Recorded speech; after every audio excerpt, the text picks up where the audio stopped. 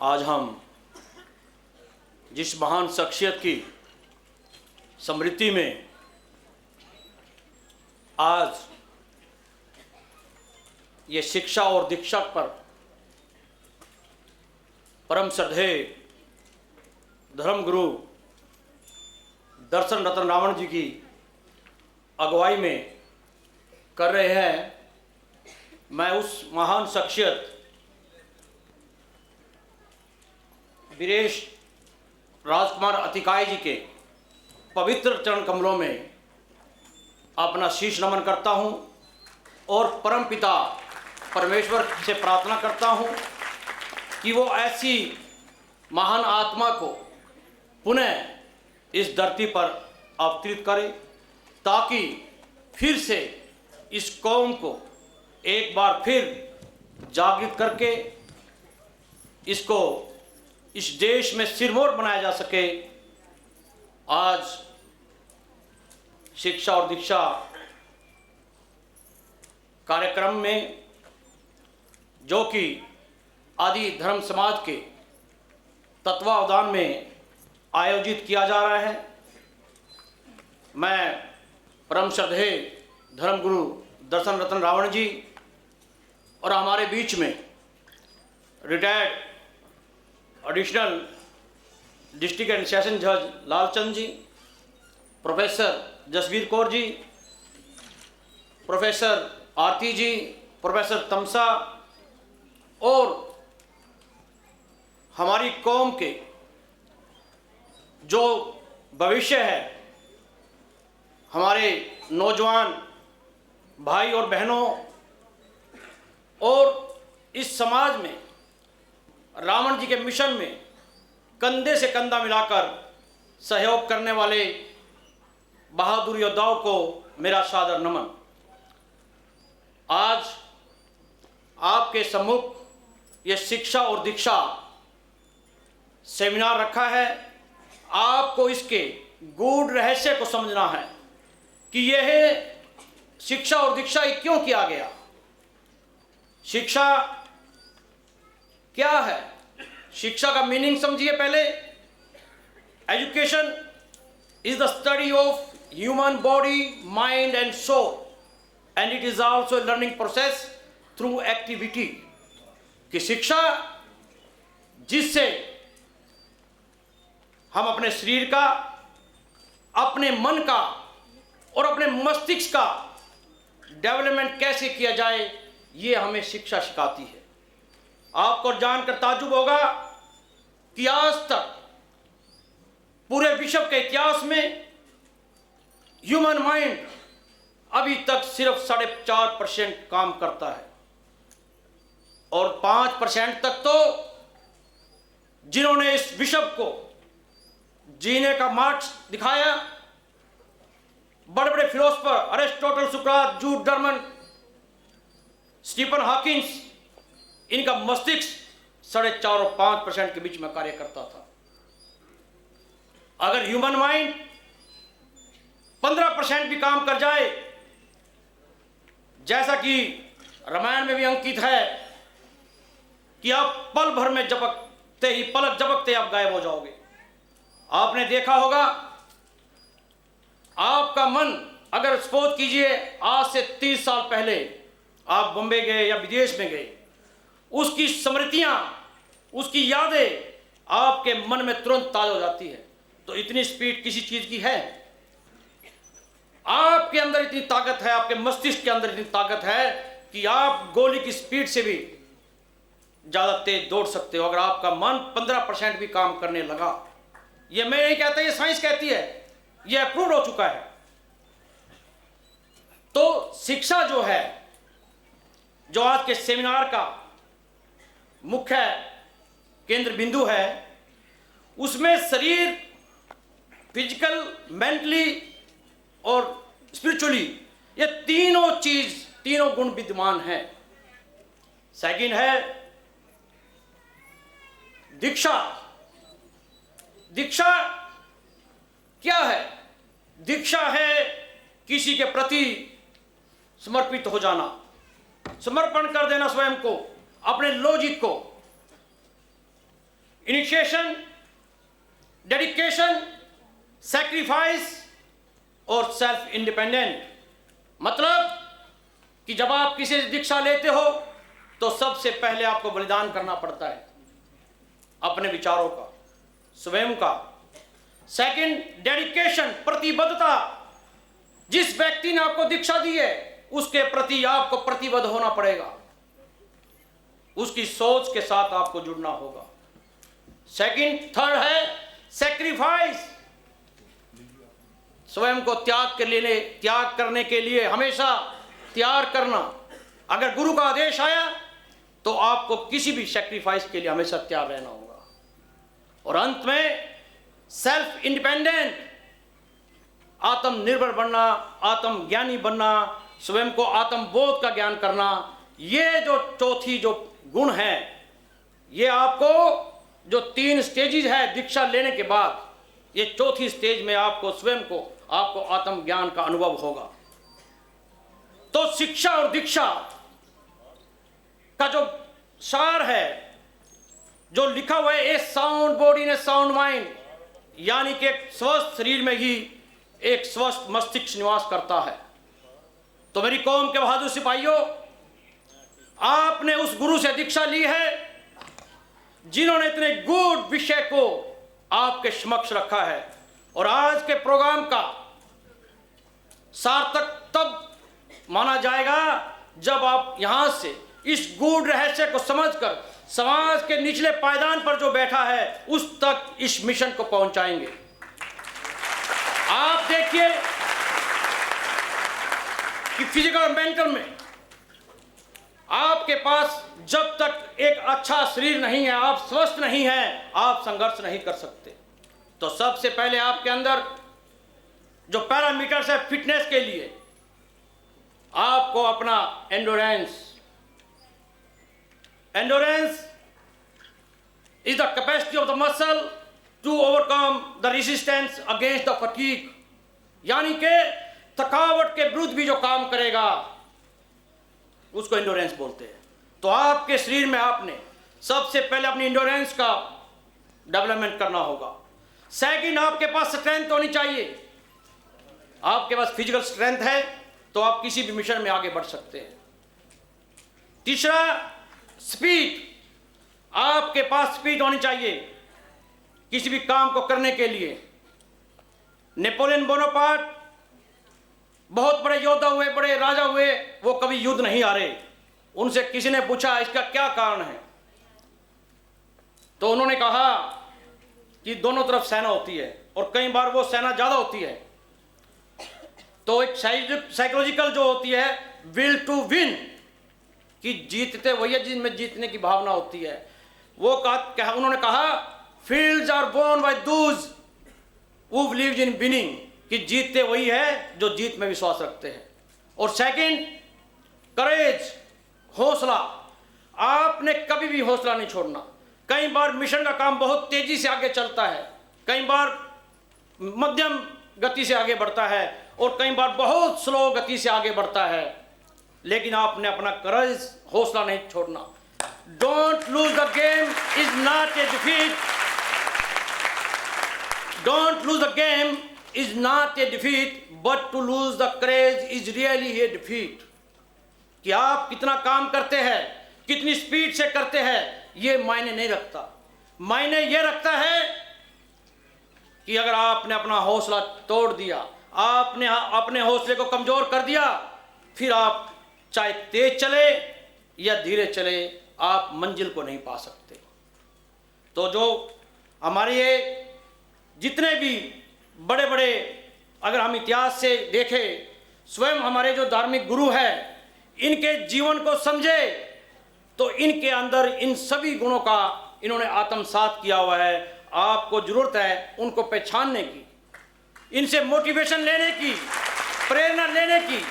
Motivation is a super highway to learning. अगर आप कुछ सीखना चाहते हो किसी से, तो मोटिवेशन के लिए अपने आदर्श मानिए। अगर आप अपने जो गुरु है, जिनसे आज आप दीक्षा ले रहे हो, उनको अपना आइडियल मानते हो, तो उनको अपना मोटिवेशनल आइडियल बनाइए। कि इन्होंने किन परिस्थितियों में, जब हम तो पैदा भी नहीं हुए थे, जब से ये संघर्ष कर रहे हैं, और उस समय मॉडर्न टेक्नोलॉजी भी नहीं थी। आज तो सोशल मीडिया का ज़माना है, सबके पास मोबाइल है, पूरा ब्रह्मांड आज मुट्ठी में है कि पूरे वर्ल्ड में अगर कुछ होता है तो मिनटों सेकंडों में वो पूरे वर्ल्ड में फैल जाता है।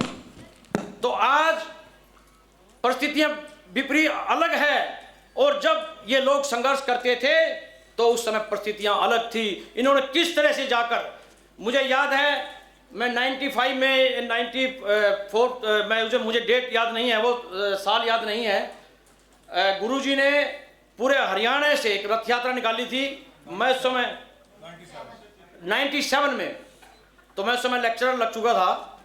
आपको बता दूं, मेरे पिताजी सफाई कर्मचारी थे गोरंडा में, और जैसा कि नगर पालिका की नौकरी होती है, कभी पिताजी बीमार हुए तो छुट्टी नहीं लेते थे, तो बच्चे काम कराते थे। हम सुबह सुबह, कोई टाइमिंग नहीं होती थी। मेरी माताजी भी सफाई कर्मचारी थी, दोनों मेरे पेरेंट्स सफाई कर्मचारी थे गोरंडा नगर पालिका में। तो हमारी माताजी तो ज़्यादातर बेचारे, क्यों मिट्टी का काम था तो उनको थोड़ा खांसी रहती थी, तो उनकी ड्यूटी अक्सर हम ही करते थे। तो हम सुबह सुबह 5 बजे जाकर 1-1.5 घंटे में झाड़ू और बेलचे से काम करके अपना स्कूल पहुंच जाते थे। तो मैं आपको बताना चाहता हूं कि हम सब लोग एक ही हमारी पृष्ठभूमि है, क्योंकि हमारे समाज की सब इसी तरह से नीचे निकले हैं। लेकिन अब हमें इस परिपाटी को चेंज करना है। आज हमारे बीच में एक ऐसी महान शख्सियत है जिनके बताए रास्ते पर हम चले। आज आप देखिए कि सैकड़ों बच्चे पोस्ट ग्रेजुएट यहाँ पर मौजूद हैं। मैंने खुद 2 डॉक्टरेट किया, और मैं स्पोर्ट्स विंग में, मैं आपको बता दूं, मैं लगातार पंजाब की तरफ से 5 ऑल इंडिया यूनिवर्सिटी खेला, और उसका श्रेय जाता है कि मेरी हाइट भी ज़्यादा अच्छी नहीं थी, लेकिन हमने बचपन में इतनी मेहनत की, गेहूँ काटना, जीरी काटना, ये सारे काम किए। तो जब मैं पंजाब में पटियाला स्पोर्ट्स कॉलेज था, NIS, मैं जब वहाँ पर गया तो वहाँ पर एडमिशन के लिए फिजिकल एफिशिएंसी टेस्ट, जिसको कैनेडियन टेस्ट बोलते हैं, वो 35 सेकंड में करना होता है। उसमें jumping events, running events, throwing events और वेटिंग, आपको वेट उठाने वाला, उसमें 4 इंक्लूड होते हैं।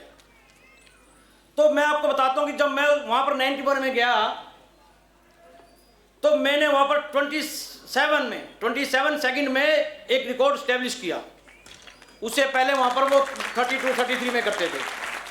क्योंकि हम लोग मेहनत से उठ के आए नीचे से। तो आज आपके पास सब कुछ है। और दूसरी मेरी आपसे प्रार्थना है, मैं ओशो को सुनता हूँ, मैंने अपनी PhD इंग्लैंड से की। मेरा एक सपना था कि हमारे पिताजी सफाई कर्मचारी है, हमारे को यहाँ तक पहुँचाया। एक PhD मेरी इंडिया से है और दूसरी इंग्लैंड से है। मेरी बेटी भी कैम्ब्रिज यूनिवर्सिटी से आर्टिफिशियल इंटेलिजेंस में इंजीनियरिंग कर रही है। चंडीगढ़ से उसके 97% मार्क्स थे, तो आजकल लास्ट ईयर है उसका कैम्ब्रिज में। और कैम्ब्रिज और ऑक्सफोर्ड यूनिवर्सिटी और हार्वर्ड यूनिवर्सिटी, जो कि वर्ल्ड की फर्स्ट 3 उसमें आती है, उस यूनिवर्सिटी में एडमिशन मिलना बहुत बड़ी बात है। जहाँ पर बाबा साहब 1920 से लेकर 1922 तक रहे, उन्होंने वहाँ से इकोनॉमिक्स में डॉक्टरेट किया कैम्ब्रिज से बाबा साहब ने। तो जिस घर में वो रहते थे लंदन में, मैं पिछले दिनों, मैंने गुरुजी को बताया था, मैंने पिछले दिनों वहाँ पर विजिट किया जहाँ पर बाबा साहब रहते थे। वहाँ पर देखा, आज भी उनके हस्तलिखित जो है, हाथों से लिखे जो है रिसर्च पेपर वहाँ मौजूद है। मेरी आपसे प्रार्थना है, मैंने अभी कहा कि मैं ओशो को सुनता था। अगर आप अपना आंखें बंद करो और परम श्रद्धेय हमारे धर्म गुरु दर्शन रत्न रावण जी को सुनो, तो आपको महसूस होगा कि ओशो बोल रहे हैं।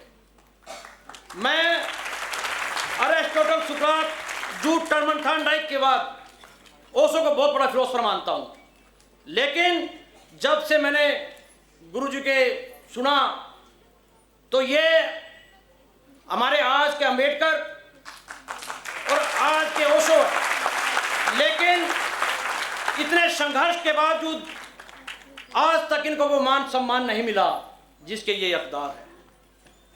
आज इतने हमारे नौजवान साथी वेल क्वालिफाइड यूजीसी नेट, हमें यहां से निकलकर जो हमने इनसे दीक्षा और शिक्षा ग्रहण की है, हमारे हिंदुस्तान में जो भारत रत्न है वो तो सबसे सुपीरियर अवार्ड है। द सेकंड जो हमारे यहाँ पर ऑनरेबल जो अवार्ड है वो है पद्म विभूषण, उसके नीचे पद्म भूषण और पद्म श्री। पद्म विभूषण अभी तक 325 लोगों को मिला, अभी बिपिन रावत जी को मिला था लास्ट। मेरी आपसे प्रार्थना है कि जिन्होंने पिछले 30-40 साल से एक ऐसे समाज को मुख्य धारा से जोड़ने का काम किया जो समाज अंधविश्वास में, गरीबी में, अशिक्षा से लड़ रहा था, किसी की हिम्मत नहीं थी। सब लोग आते हैं, विधायक बनना टारगेट रहता है, मेंबर पार्लियामेंट बने, लेकिन कोई नेता नहीं बनता। हमारे धार्मिक गुरु के साथ साथ ये सामाजिक नेता भी है। एक ऐसे समाज को जागृत करना जहां पर शाम होते ही हमारे जो मंदिर और धर्मशालाएं थी वहां पर नशेड़ियों का कब्जा हो जाता था और किसी की हिम्मत नहीं थी कि उन नशेड़ियों को वहां से निकाल सके, सारा माहौल खराब करते थे। इस व्यक्तित्व ने पता नहीं किन किन परिस्थितियों में समाज को ऐसे मक्कड़ जाल में जो फंस चुका था उससे बाहर निकाला और आज सैकड़ों बच्चे पोस्ट ग्रेजुएट है, एमफिल है, डॉक्टरेट है, एडवोकेट्स है। तो क्या भारत सरकार का ये दायित्व नहीं बनता, क्या समाज के हमारे नौजवानों का ये दायित्व नहीं बनता कि हम इनके लिए पद्म विभूषण की मांग करें, क्योंकि इन्होंने धरातल पर काम किया है। मैं सरकार के बीच में रहा, धर्मगुरु के आशीर्वाद से सरकारों के काम करने का ढंग देखा। बहुत से ऐसे लोग जिनका समाज से कोई लेना देना नहीं, जिनका अंबेडकर की विचारधारा से कोई लेना देना नहीं, जो समाज के अंदर व्याप्त बुराइयों और अंधविश्वास के खिलाफ एक आवाज नहीं निकाल सकते, ऐसे ऐसे व्यक्ति जब हिंदुस्तान के सबसे बड़े अवार्ड को ले जाते हैं तो मन को बड़ा दुख होता है।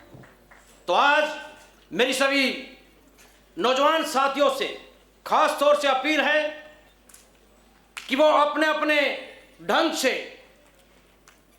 इस मांग को जरूर उठाए कि समाज को अंधेरे से उजाले की ओर ले जाने वाले, अशिक्षा से शिक्षा की ओर ले जाने वाले महान व्यक्तित्व, धर्म और सामाजिक गुरु परम श्रद्धेय दर्शन रत्न रावण जी को यह सम्मान मिलना चाहिए।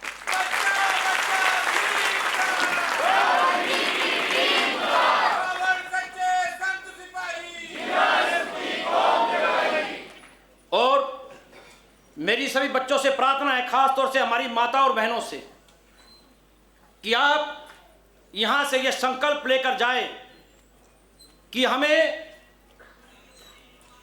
अपने प्रत्येक बच्चे को कोई भेदभाव के बिना, बिना किसी लिंग भेद के हमें शिक्षा दिलानी है। और जो हमारे धर्मगुरु एक आश्रम का निर्माण करने जा रहे हैं, मैं समझता हूं कि ये आश्रम भारतीय इतिहास में और खास तौर से वाल्मीकि समाज के इतिहास में एक मील का पत्थर साबित होगा। मैं बहुत कम जब मैं मिलता हूं बड़े लोगों से मैं बहुत कम उनसे बोल पाता हूँ, मैं सुनता हूँ उनको। मैं बड़े बड़े नेताओं के साथ भी रहा तो वो कहते थे बोलता नहीं है, क्योंकि मैं जब इनके सामने होता हूँ तो विचार जो है बाहर नहीं आ पाते। मैं इनको सुनता हूँ, क्योंकि जो आपका हार्ट है, आप देखिए टेक्नोलॉजी में आपका इस संसार में 850 करोड़ के आसपास की आबादी है, किसी का कुछ नहीं मिलता, सबकी हस्तरेखाएं अलग है, मस्तक की रेखाएं अलग है। ठीक उसी प्रकार से आपको प्रत्येक व्यक्ति से वाइब जाती है पॉजिटिव और नेगेटिव। मैं तो साइकोलॉजी में पीएचडी हूं, रिसर्च किया तो पता लग जाता है जब इनके संपर्क में, इनके सानिध्य में जाते हैं तो पॉजिटिव वाइब्स, एक जो प्रकाश पुंज होता है प्रत्येक व्यक्तित्व के आसपास, आप ऐसा आवास आपको होता है। तो ऐसी महान शख्सियत से आप जुड़े हैं, तो मैं आपसे प्रार्थना करता हूं कि आप आज का जो ये शिक्षा और दीक्षा, इसके मूल रहस्य को समझकर आप दीक्षित हुए हैं, तो उसका पूरा मतलब जाकर समाज में भी उस बात का प्रचार प्रसार कीजिए। ये ना हो कि हम यहां से निकलकर इस बात को भूल जाए। हम सब ने मिलकर बाबा साहब डॉक्टर भीमराव अंबेडकर जी के मिशन को, जो अब हमारे बीच में नहीं है लेकिन जो जीते जागते हमारे पास स्वयं अंबेडकर जी है, इनको अपना मानते हुए हम सब लोग इनकी जो सोच है उसमें सहयोग करते हुए इनके मिशन को आगे बढ़ाए। इन्हीं शब्दों के साथ आप सबका पुनः बहुत बहुत आभार। जय वाल्मीकि, हर हर वाल्मीकि।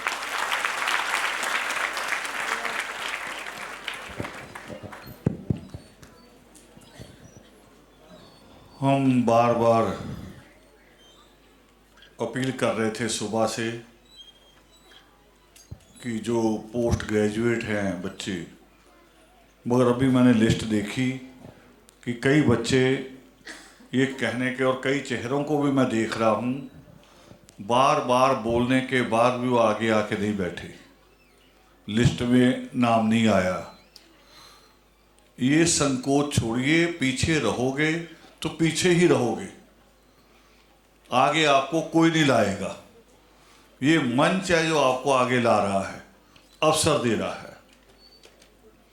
और दूसरा, जहां हम अतिकाय जी की स्मृति में आज का सेमिनार कर रहे हैं, और जिसके लिए लुधियाना नहीं आप सभी साथियों ने, मैंने अपील की थी कि जहां 4 भी मेंबर हैं हमारे, वो अपनी जेब से बस करो और बच्चों को लेके आओ।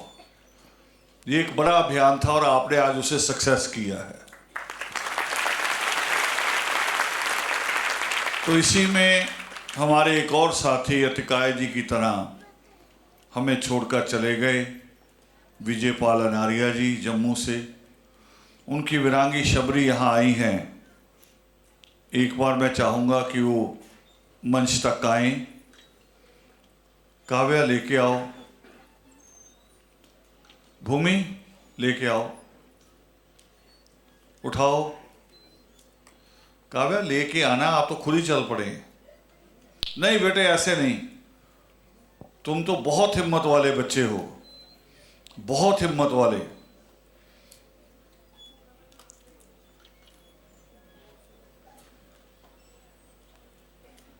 वो जो हिम्मत मुझे दी थी तुमने उस वक्त, मैं चाहता हूं सबको दो। ये जम्मू से हैं, बहुत लंबा संघर्ष किया जम्मू के लोगों ने। 35B धारा थी जिसका ये सजा थी कि हमारा बच्चा MBBS कर जाए तो भी केवल सफाई कर्मचारी के लिए एलिजिबल है। बेटे मंच से कुछ कहिए, थोड़ा सा सबके लिए कुछ भी कह दें। चलो बिठाओ बेटे, बिठाइए। और 3 और बच्चे जो इसमें शामिल नहीं हुए, तमसा योगेश्वरी भी उसी में है, जो इस मंच से हमने कहा है में सुरेखा सुजाता भी है, सो वो तो मुझे नहीं है, चंदन द्रावड़ भी हैं जो इस मंच से आगे गए हैं। और अब मैं रिक्वेस्ट करूंगा डॉक्टर तमसा योगेश्वरी से कि वो अपनी बात कहें।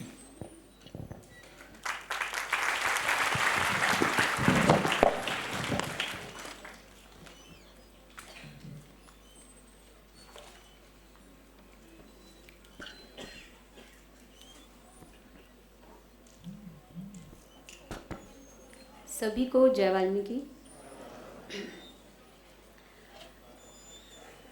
शिक्षा, हम कितने सेमिनार यहाँ पर अटेंड कर चुके हैं और सभी में शिक्षा अहम रखी गई है। इसका रीज़न है, हम सब जानते हैं कि आप सब जितने बार भी आदर्श के लेखन कार्यों को देखते हैं, उसमें एक नीचे लाइन होती है, द्रविड़ अस्तित्व की सम्मानजनक स्वीकृति हेतु। अगर आप उस लाइन को देखें और पढ़ें तो आप उसमें समझेंगे कि वो सम्मान भी बता रही है और आपको शिक्षा भी दे रही है। अगर आप द्रविड़ संस्कृति में जाएं तो आपको पता चलेगा कि हम कितने गौरवशाली इतिहास का हिस्सा हैं, और अगर हम इस इतिहास को जानना चाहते हैं और गर्व महसूस करना चाहते हैं तो उसके लिए सबसे पहली शर्त शिक्षा ही है। हम कितना शिक्षा में आगे बढ़ पाए या हम अपने जीवन को कितना सुधार पाए, ये बहुत अहम है हम सब के लिए। हम ये भी समझने की कोशिश करें कि क्या हमें इंसान भी माना गया है या नहीं। आप